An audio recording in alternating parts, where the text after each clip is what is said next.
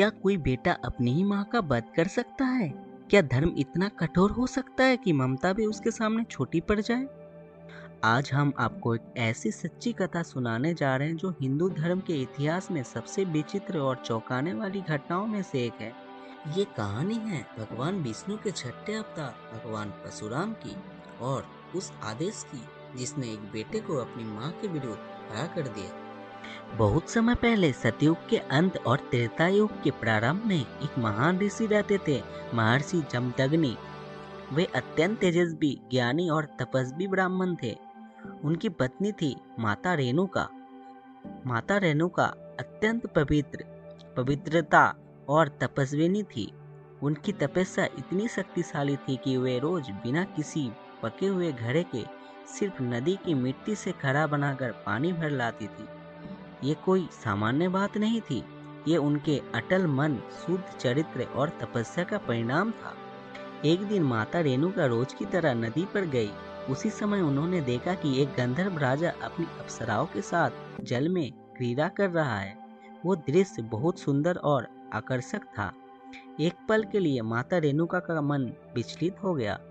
बस वही क्षण, एक छोटा सा मानसिक विचलन, और उसी पल उनकी तपस्या की शक्ति समाप्त हो गई।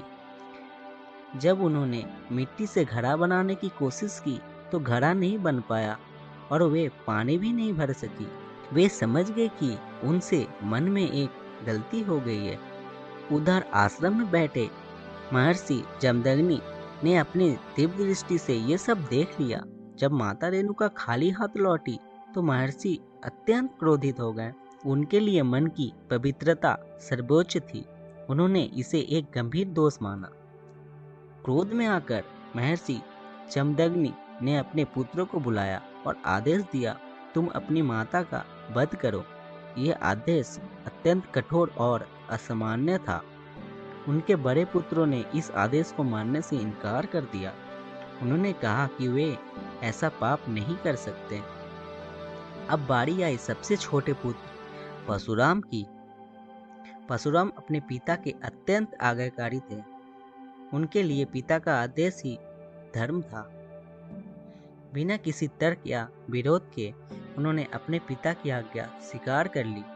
उन्होंने अपना फरसा उठाया और एक ही प्रहार में अपनी माता का सिर धड़ से अलग कर दिया। ये घटना सुनकर मन विचलित हो जाता है। एक पुत्र जिसने अपनी माँ की गोद में पलकर जीवन पाया, उसी ने पिता की आज्ञा का पालन करते हुए उनका वध कर दिया।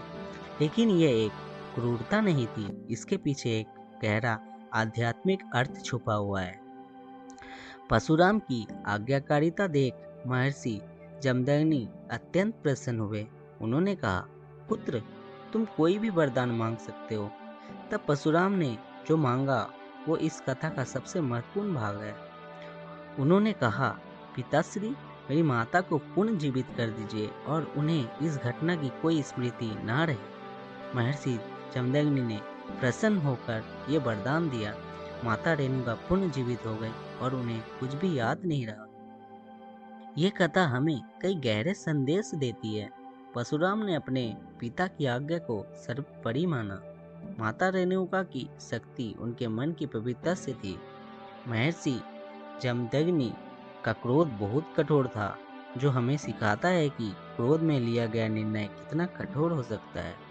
अंत में सब कुछ पुण्य सामान्य हो गया, जो दर्शाता है कि धर्म में करुणा और संतुलन भी उतना ही महत्वपूर्ण है। आज के समय में ये घटना बहुत कठोर और अस्वीकार्य लगती है, लेकिन उस समय का सामाजिक और धार्मिक संदर्भ अलग था। तपस्या, अनुशासन और आज्ञाकारिता को अत्यंत महत्व दिया जाता था।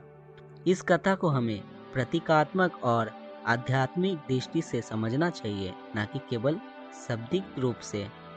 हर धार्मिक कथा में सिर्फ घटनाएं नहीं होती, बल्कि उनके पीछे छुपे होते हैं गहरे संदेश। परशुराम की ये कथा हमें सिखाती है कि धर्म, अनुशासन और मन की शुद्धता कितनी महत्वपूर्ण है, लेकिन साथ ही ये भी बताती है कि क्रोध और कठोरता का संतुलन आवश्यक है। अगर आपको ये सच्ची और ज्ञानवर्धक कथा पसंद आई हो तो वीडियो को लाइक करें, शेयर करें और ऐसे ही और धार्मिक रहस्यों के लिए चैनल को सब्सक्राइब जरूर करें।